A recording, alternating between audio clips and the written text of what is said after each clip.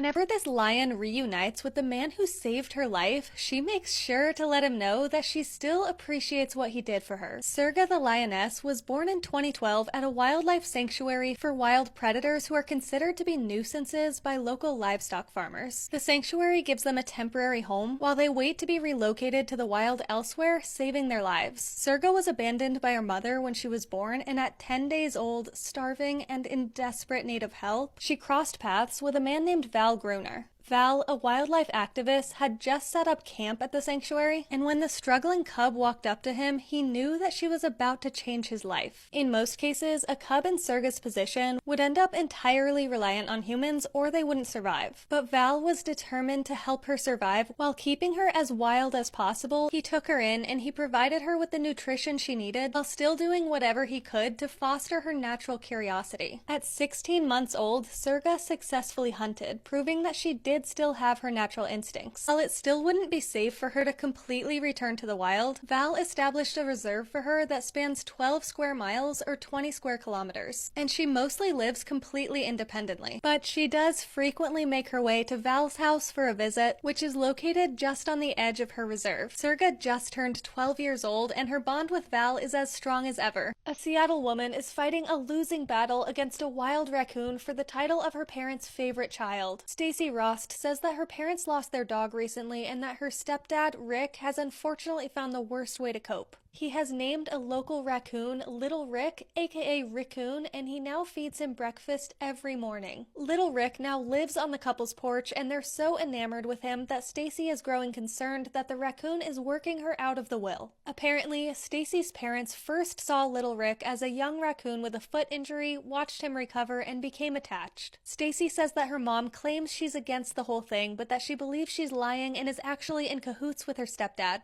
She's offered to help her parents find another pet like a cat or a dog, but they claim they don't want another pet. However, the evidence suggests otherwise, as Little Rick now has his own dog toys and receives a fresh egg meal and multiple snacks per day. They watch him enjoy himself from inside the house, but Little Rick now comes up to the windows to ask for attention. Stacy says Little Rick's puppy dog eyes are not to be trusted, but she has woefully accepted her place as second favorite child for now. The US Navy is teaching sea lions to play video games, which means that it's somebody's actual job to develop video games for Navy sea lions. And now they've even developed multiplayer games so that they can play against their caretakers. But it's not because they're trying to build an aquatic esports team. Through their marine mammal program, the Navy trains sea lions to attach recovery lines to Navy equipment on the ocean floor. They work and train in the open ocean every day, and they're free to swim away if they'd like to, but over several decades, that's only happened a couple times. And that's because they seem to really enjoy their situation in the marine mammal program. In addition to protection from predators, daily health screenings, and guaranteed food, the program provides the Navy sea lions with tons of playtime, and the video games are just one way they're providing enrichment and mental stimulation. The video games also help us learn about how these marine mammals think and solve problems. And it turns out that the sea lions, like this avid gamer named Spike, love the video games so much that they'll come back to play again and again, whether or not they're being rewarded with fresh fish. So far, Spike and his friends have been able to work through mazes and collect moving objects using the navigation buttons. And many of them, like Spike, even do a little happy dance when they complete a level. I'm Jen, and I post something positive every day.